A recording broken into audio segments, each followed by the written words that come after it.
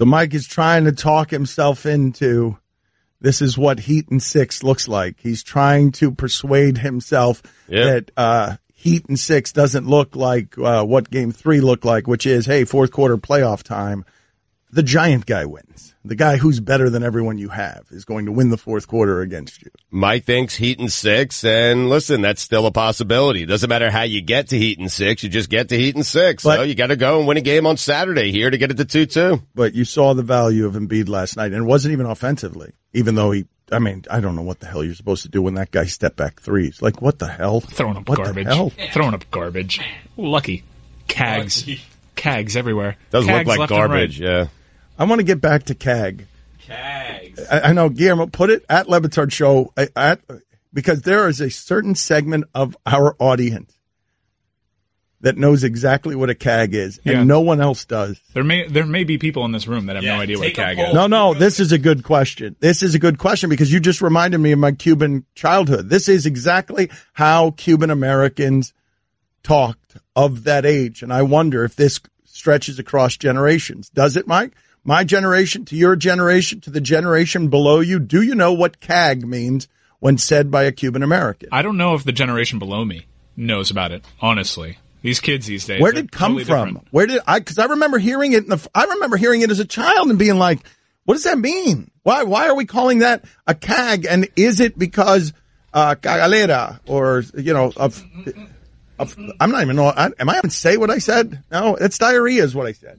There's lots of things that we say like in slang that I thought was normal that I found out that isn't. Like we say eating bleep, right? Because that's like a translation from of Spanish, like saying, right? Eating bleep. Mm-hmm. I did that, like I was in DC, I did that, and they're like, why would you be eating bleep? And I'm like, it's not something people say. Like this is a common expression. They're like, no, that's weird, man. Yeah, when you really break it down, hey, what are you doing tonight? I don't know, just eating bleep. That sounds disgusting. Why would you say that about yourself? Why would you? Hey, look, it's Pablo. Hey, Pablo. Hey, Pablo. Hey. How you doing? Don't break the doing, camera. man? Starts at 8:55.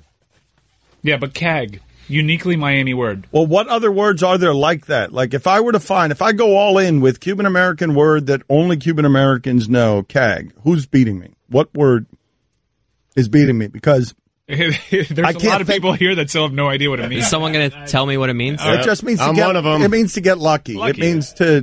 A CAG's a CAG, bro. I don't know. You CAG that. Yeah, that word can be used, by the way, in any form. You CAG'd it. That was a CAG.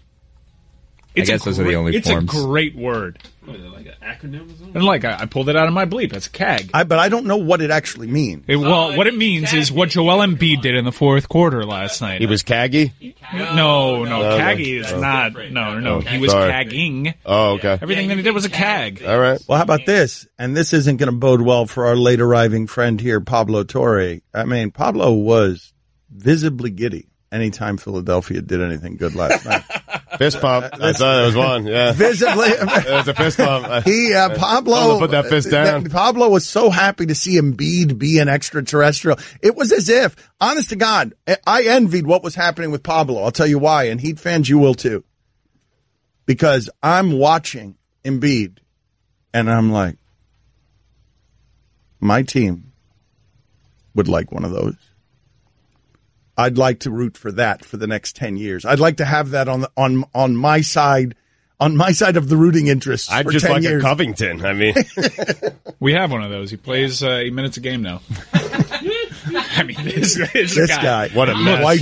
Look. I will never forgive you. Unbelievable. Hassan, I will never forgive you. Unbelievable. Yeah. I will never forget what you've done this series. What a CAG. In the front. No, that's not how you use it, Stugotz. That's not how you use CAG. No. I agree.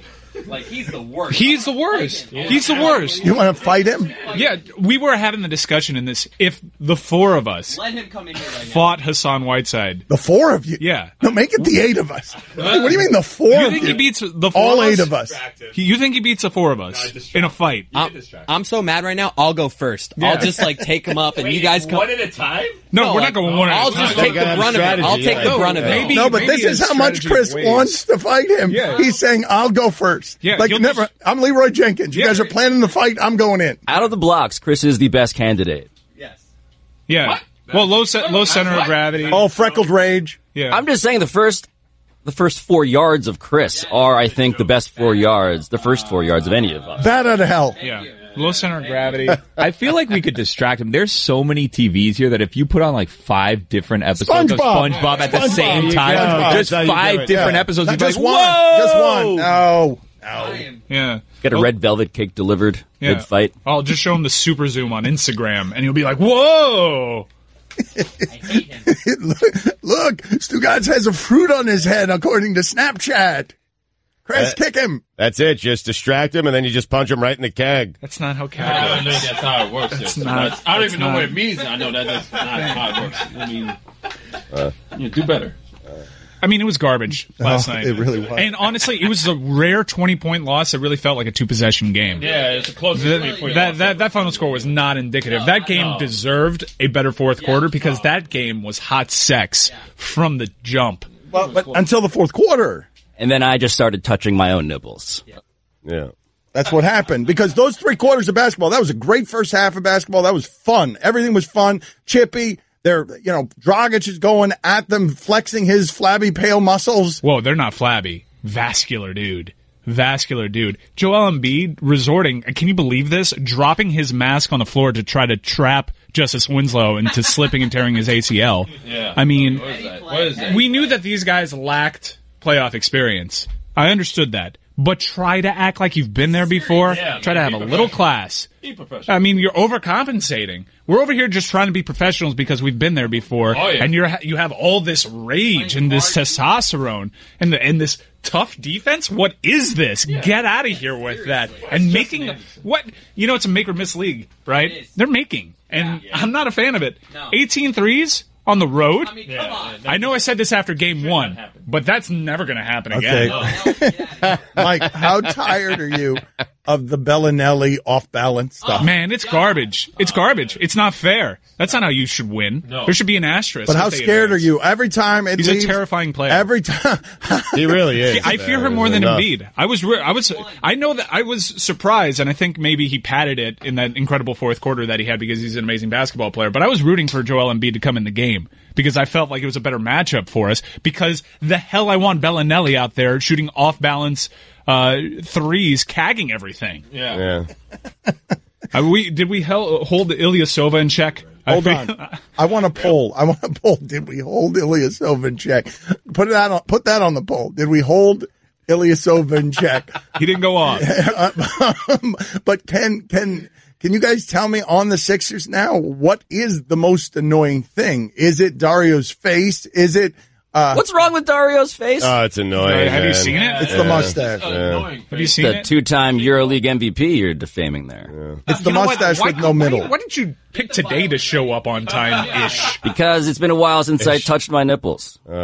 He was really happy about that Sixers win last night. I Yeah, don't- just because he wrote it. You wrote an article on Tyler Johnson too, buddy. I did, and I do feel bad about that. Tyler Johnson is the only NBA player to invite me to his home to play FIFA, and instead, I'm stomping all over his grave. You had as many rebounds as he did last night, and assists, and steals, and blocks. Well, Tyler hasn't been very good. That's something that's worth exploring. I wonder if Pablo would have enjoyed it more if Tyler had been beating the Sixers, because it's always about Pablo, and he wrote articles about the Sixers and Tyler Johnson. Yeah, but I staked my claim in the Sixers way bigger than I did to Tyler Johnson. Again, apologies to Tyler Johnson as well as his mom, who's very nice. Mike, did you enjoy the whitest moment in NBA history last night, where Dragic got that layup and then went at Bellinelli and then stepped back? The flex. Yeah. Man, that was so cool. I was so amped. That game it felt like Miami was winning the moments battle, right? It just felt They like want some moments. Now, that Dragic, was that not the first moment, or was Justice stepping on the mask? Which are the Again, moments? he didn't step on the mask purposely. Right.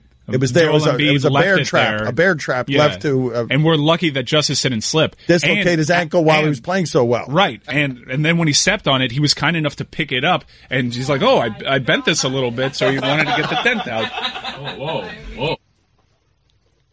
I mean, he's playing this utmost character. Wait a second. Who are we here back there objecting to everything? Oh, she is unbearable.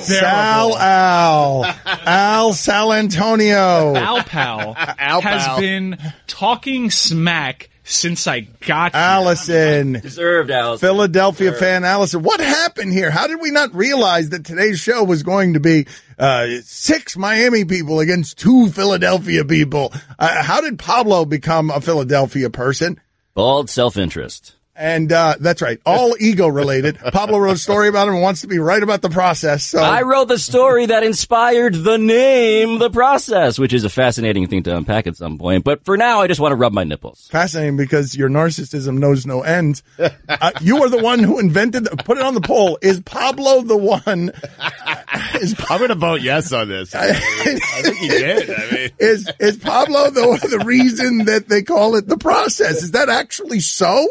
Is that Mike? Is that it? Might actually be so. I think it's actually so. So we have 2 tastemakers here, Pablo, and I invented Bumpy Johnson. Pablo, aren't you officiating a wedding for Sixers fans? Is that happening? Whoa. A charity officiating of a wedding for Sixers fans at their lottery party. How are you the mascot for this team? I don't understand. I'm not the mascot, Dan. I am the prophet.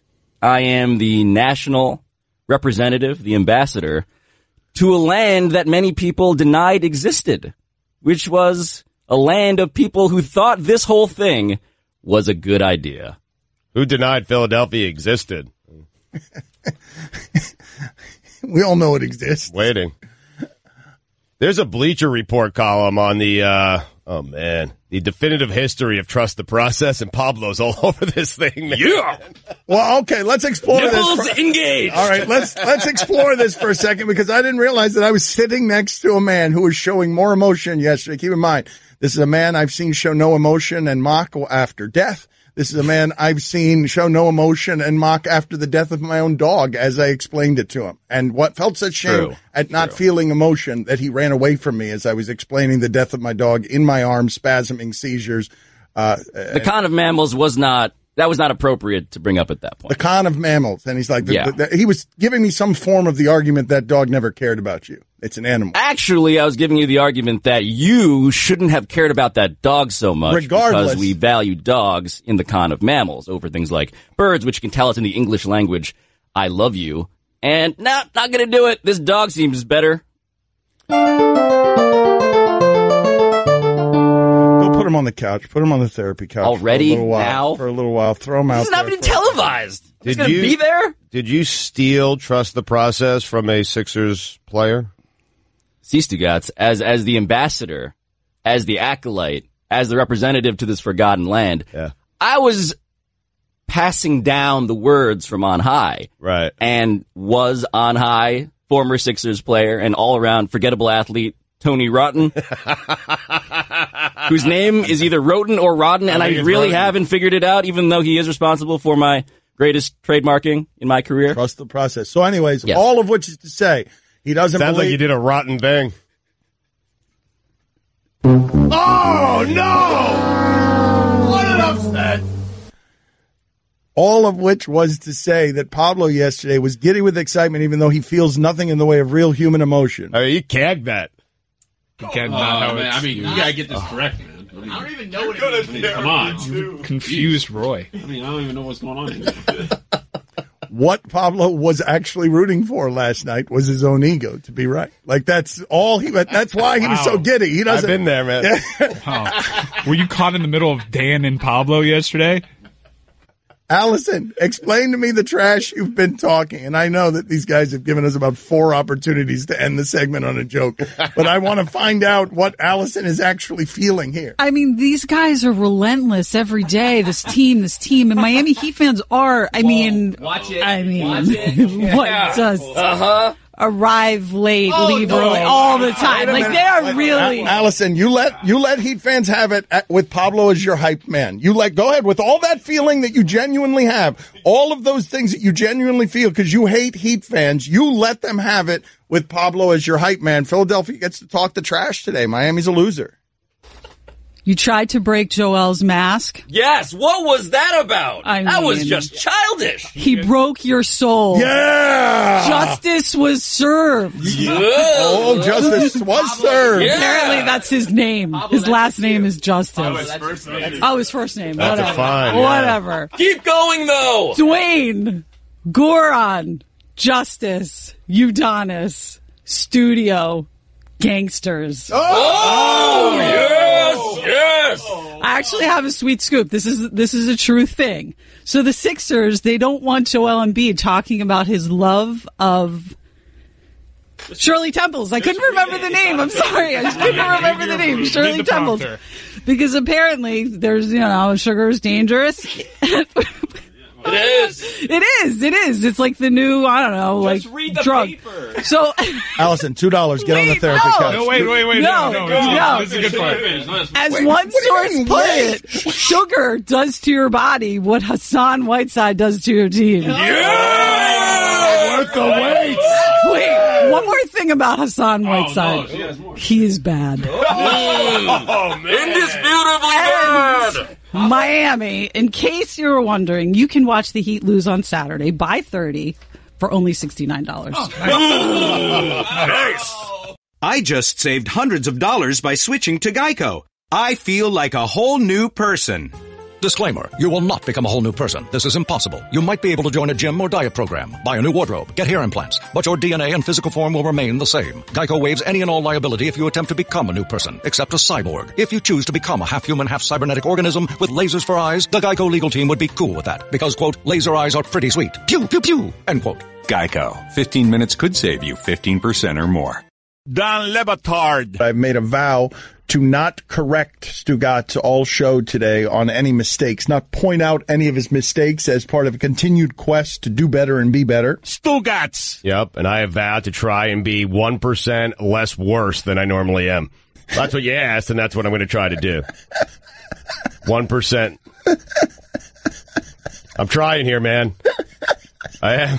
This is the Dan Le Batard Show with the Stugotz on the ticket. So the Miami Heat have a home game last night, and Embiid coming back changes everything. He won the fourth quarter, and if you look at the numbers when he was on the court and when he wasn't on the court, he was changing everything for the Heat defensively because he is giant. But the Whiteside stuff is infuriating, man. He has checked out. Like, it's rare that it's that obvious that a guy, you know that scene in Casino where De Niro comes through and there's the guy in the cowboy hat and he's like a city councilman's son that has a job and he's incompetent, and De Niro like walks by him because something incredibly stupid has happened, and he's like, you're either, because somebody was cheating, and he's like, you're either in on it or too dumb to know. Either way, you're out. Either way, like, hey, the 4 fouls, Hassan. Maybe it's because you've quit. Maybe it's because you're dumb. Get out. Like, what are you doing? Malice versus incompetence is always a fun game.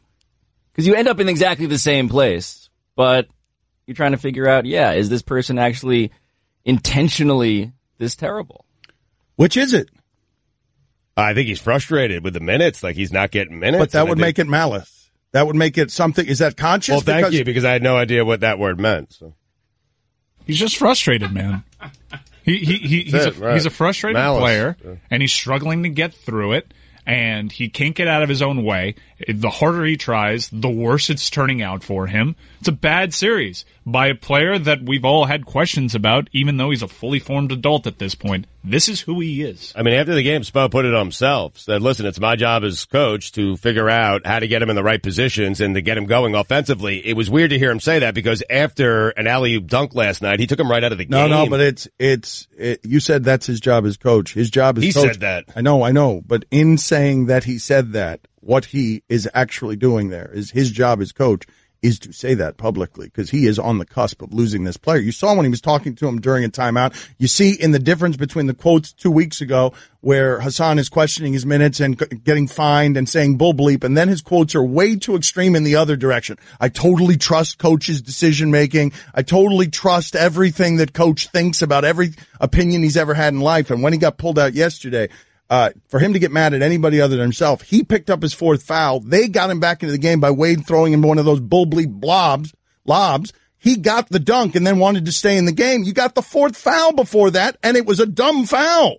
Like, you haven't been in the series the whole time because you can't stay out of foul trouble. That's not smart. But with him, who cares about fouls at this point? Like, he got a basket, maybe some confidence is built there. Just let him play it out. Fair enough. Let him play it out in that spot. Fair enough. You're trusting Hassan Whiteside, are you? Game 3, fourth quarter.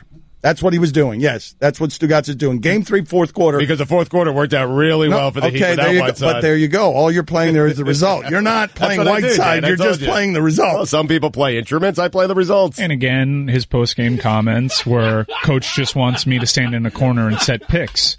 So the comments have gone in the opposite direction. I've never seen someone checked out at a check-in table before, but that's what's happened. It's a true mental struggle now for Hassan Whiteside. I don't know if he can get out of it. I don't know, because like the matchup that you want him, that he's necessary for, that player's really good. He's a lot better than Hassan Whiteside. And he's been taunting Hassan Whiteside. I mean, this is like this. If not now, when? I think. But how about this one? If you guys want to really dig down on what's happening here with Whiteside and Embiid and, big man stuff, growing up as a child who's large, we've got one confident big man whose confidence is obscene. And we've got one who's not confident right now, and furthermore is feuding with this particular guy because he wants to be what Embiid is, a star who gets to show all of his personality. And that guy comes back last night and with a mask and not right, clubs him when he's not confident. And then, Pablo, this is the other thing. What is the guy? You're a high school bully. And now there's another bully that comes into town and he's bigger and badder than you. And you don't really have a chance against that bully, but you haven't given any thought to what kind of bully you are. You're just frustrated and angry now, and you don't have the mental things that, emotional things that would make you be mature about adult introspection. Like, you might check out because it's like, I want to just fight Embiid. This whole series is about me fighting Embiid and being better than Embiid, and then you got 4 fouls and Embiid is... And you can't take advantage of the only advantage that the Heat would have, which would be Whiteside without Embiid playing. Like, I find all that stuff interesting. Like, where do you think Whiteside is mentally, specifically as it relates to when he wakes up this morning and he has been embarrassed on television. He's frustrated. Maybe his coach trusts him. Maybe he doesn't. And Embiid's getting everything. Embiid's back. He's breaking the mask. He's the superhero. How do you think Whiteside experiences all that? That must be a nightmare. But the nightmare is even more nightmarish because Joel Embiid coming in as the big bully isn't just out brute forcing Hassan Whiteside. Joel Embiid is the kind of nightmare who also somehow knows martial arts and can do backflips and is just sidestepping you and has skill. What Joel Embiid is showing Hassan Whiteside is not only that you are a fraction of the player that I am, but you don't have the equipment to even dream of doing what I am doing. He's a different species of player, and what Hassan Whiteside is looking at is he's looking at obsolescence. Extinction, really, as a relevant force in basketball. You're talking about endangered species to extinction. I mean, we were marveling last night that in today's NBA, Kelly Olynyk is a better matchup against Joel Embiid than Hassan Whiteside. You were saying that, right. Ilyasova is a nightmare in today's league, and Whiteside's someone you can't get 15 minutes, and he's your max player. Yeah.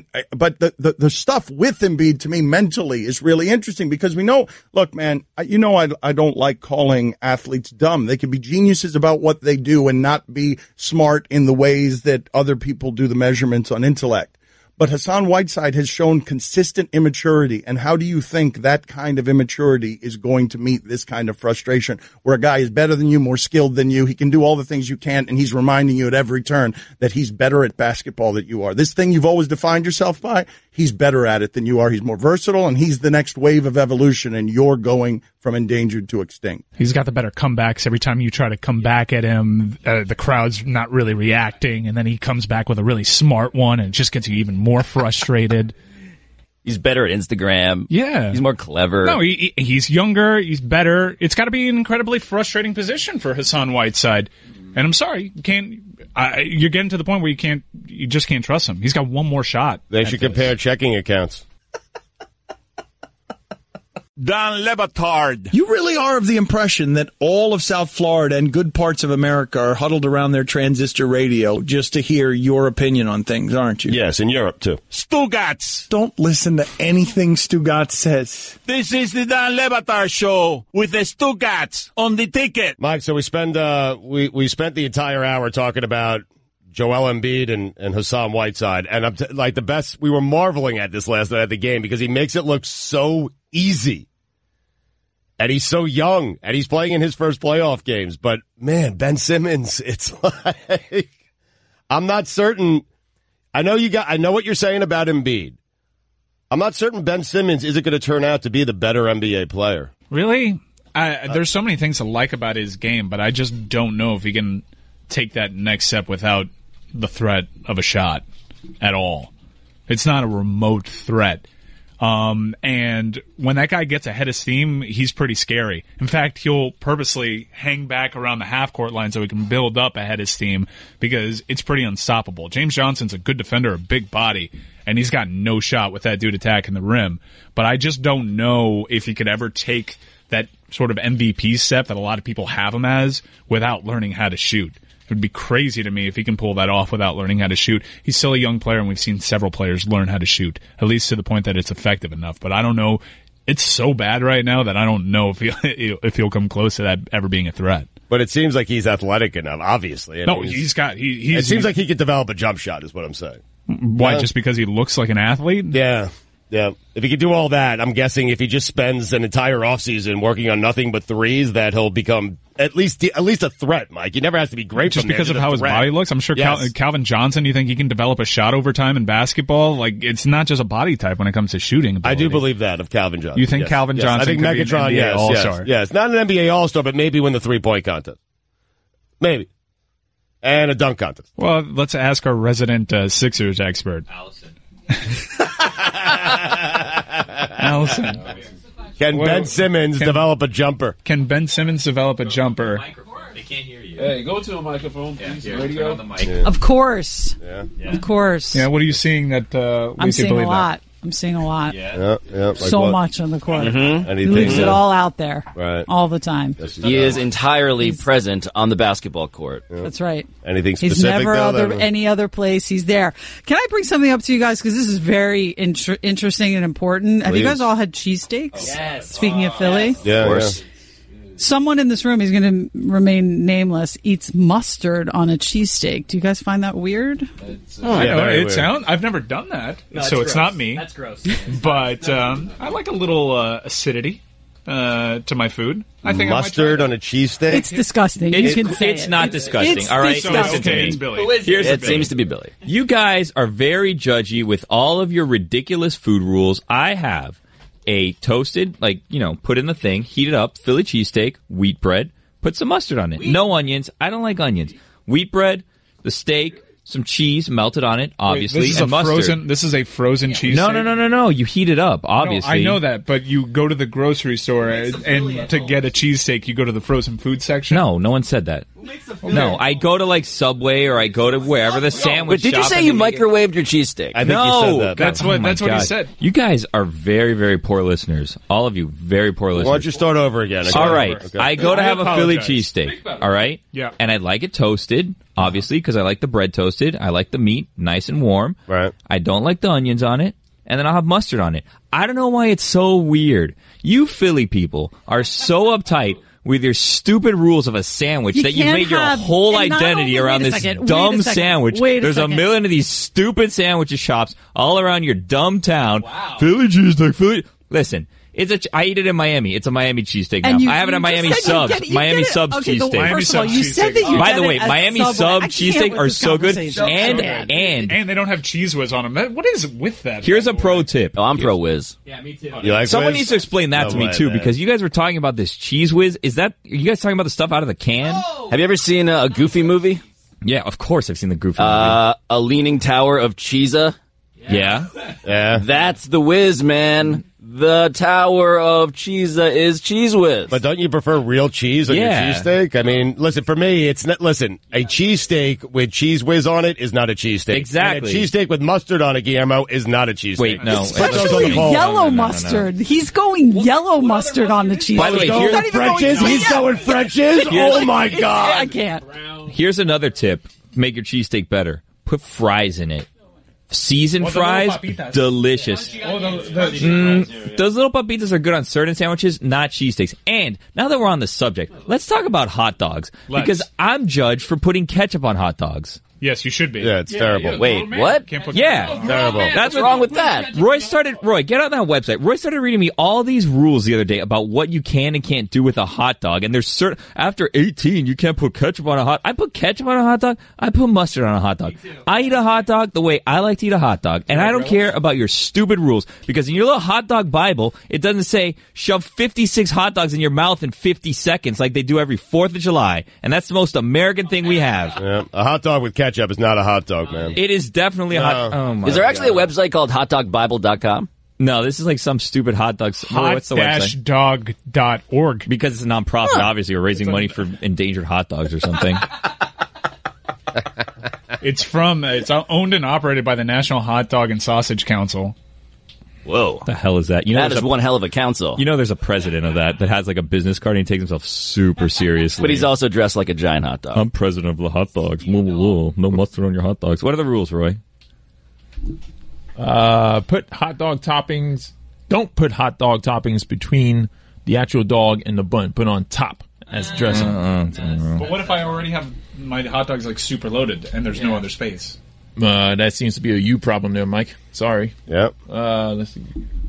Do serve sesame seed, poppy seed, and plain buns on your hot dog. Do? Yes, do. Do, why? I don't like those. How about do enjoy it, don't drop it on the floor? I like those. I like those potato rolls with nothing on I them, had man. an everything bagel hot dog, and it was pretty good. Yeah. In fact, though, if you put the condiments on the side of the dog, you could actually drop your hot dog and possibly still pick it up and have the condiments not attract all the little dirt and dust. Do you guys like the split hot dog that's like cut down the middle? I don't like that. No, but like I guess that makes it like, I don't know, cooks it through or something. I don't know. I like a nice foot long too. Foot long hot dog's the best length hot dog. I've had a Dodger dog. Overrated. How long is a Dodger dog? It's a foot long. An actual foot. Best hot dog ever was Uniondale, Long Island, Nassau Coliseum. They dipped it in beer. Oh, really? Dirty water dog, yeah. Fantastic. They dipped it in beer after it was already made, so you had a soggy bun? No. They dipped the hot dog in beer and then put it into the bun. Ah. Very good. One time at a Heat game, I ordered a hot dog next to Brian McKnight.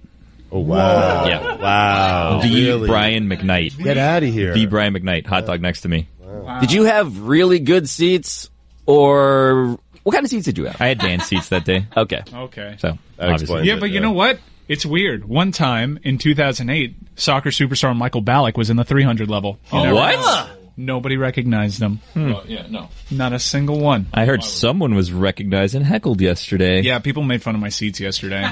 Wow. Yeah, they called it the nosebleeds. It was lower level. I like the back to my. I like my wall to the back. You know, I don't want any drunk people You're behind back me. to the wall, you mean? Yeah, I like my wall. Fine, though. I like my wall. It's my wall to my back.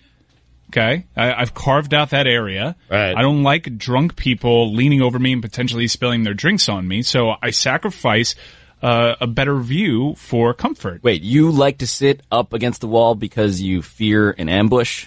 Yeah. Have you ever been to a professional sports game? I was in the lower bowl last night, Mike. Yeah. So if you've ever been to a professional sports game, you realize that people are terrible. Yeah. How didn't you get ambushed yesterday, Pablo? I mean, we were ambushed, but I wasn't afraid of the ambush. Like, what? People bothering you? People coming to say hi to Stugotz? Yeah, that happened a lot. Yeah. It did. What a cag, man. I mean, bother you. Well, it did bother Stugotz. It didn't bother me. I was fine. Well, that's not true. What bothered me is people would get their cell phones out and record me and like, why are your seat's so bad, you stupid loser? And I'm like, hey, man, thanks for listening. What am I supposed to say there? It's just Kornheiser's friend who bothered me. That's it. That's the only guy. And I question whether or not he's even friends with him. We we were also standing waiting to buy beer, and all these people kept coming up to us. And at some point, Stugotz was just like, no. You literally just said no to people. I turned on someone pretty quickly. I did. It was very mean. Yeah. Well, he didn't want to take a picture with me, and then I just turned on everyone. He just wanted you and Dan. I went home. That was it. Wait, so one guy was asking for like group pictures, and one of them was like, no, Stugotz, not you. So then no one else got a picture with you? Told me, yeah, that was it. And it got ruined the party for everyone. That is how it happened. That's literally what happened. That is how it happened. Did they hand you the phone to take the picture, Stugotz? Because that's the worst. He did not do that, but I would have broke it had he done that. There was the three of us talking, and he wanted a selfie with just me and Pablo, and that's where we lost Stugotz for the entire evening. Yeah. Never saw him again after that. That's why he left the arena. We never saw him after that. Never saw him. A 24-point lead, I mean. That was late in the game. Yeah. Again, we established that it's a 20-point loss. That felt like a two-possession game.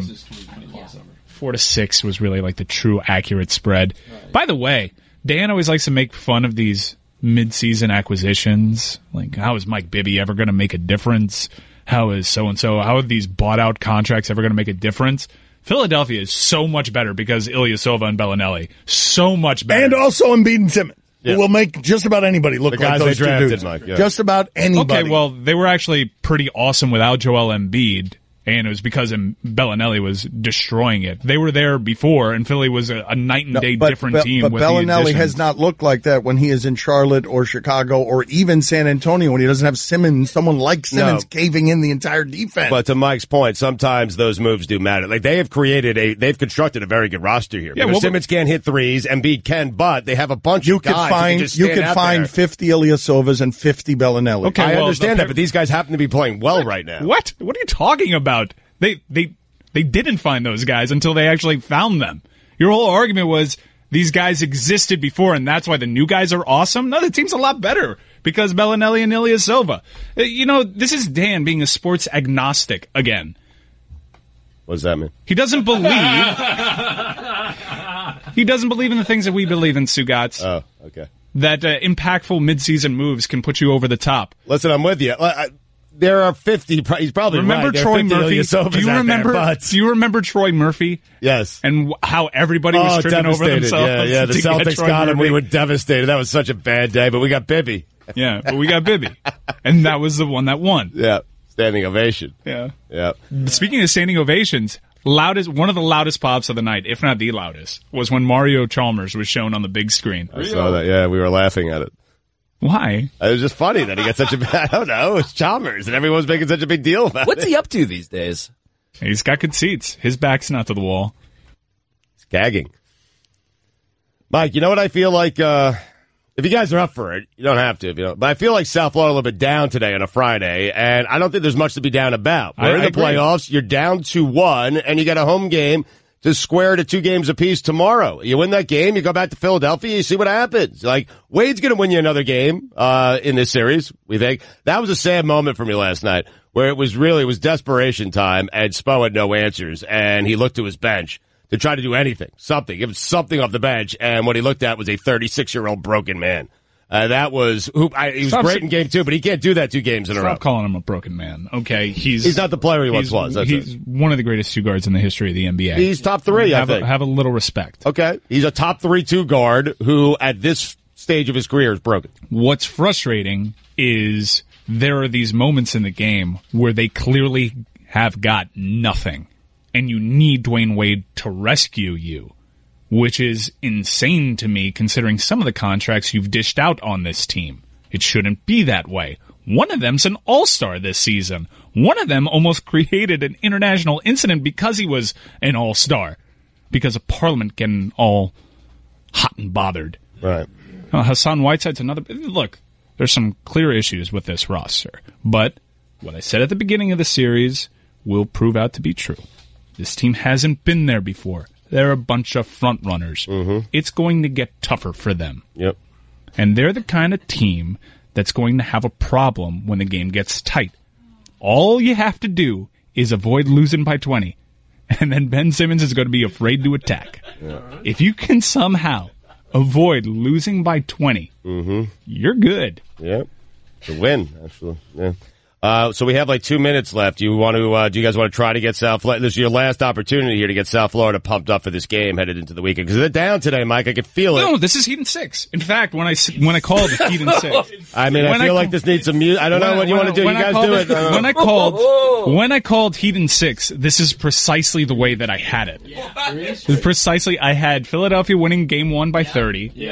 I had an eke it out victory game 2 to send a message saying, hey, no, not our first rodeo. We can win on the road. This series has officially started. And then I had an emotional lift provided by Joel Embiid's return. And that happened. I didn't think it would be by 20. I had it more like a 12-point win. But it felt like a 4-point victory. We've covered that. And now, boat race on Saturday. And that's a tough... This young team in South Beach on a Friday night with a 2:30 start, that's going to be an ugly game, man. Bellinelli, I know that dude's history. I know that dude's trying to slide up in some DMs. Okay? Like, that guy's not going to have his legs Saturday afternoon. That's essentially a 6 a.m. call time. This is not going to happen. The 4:21 6 a.m. call time. You know what I'm talking about. Yeah. You think Bellinelli right now is smoking a cigarette? On 420? Yeah. Sure. He looks like he smokes cigarettes. Yes, he does. He does look like he's smoking cigarettes. Yeah. So we win that game, and then everyone's going to assume Philadelphia wins Game 5, and that's where they're wrong. Another eke-it-out victory. Game 6 back in Miami, essentially a home Game 7. No way they lose that. And the only process that Philadelphia and Pablo are going to be doing are processing that L. Process these nipples! What? Oh, okay. I'm processing them. I wish I didn't. No. People put Cheese Whiz on Philly cheese. Cheese Whiz is out of a can on a cheesesteak. Why would you do that? That's what Pablo said. It's the way.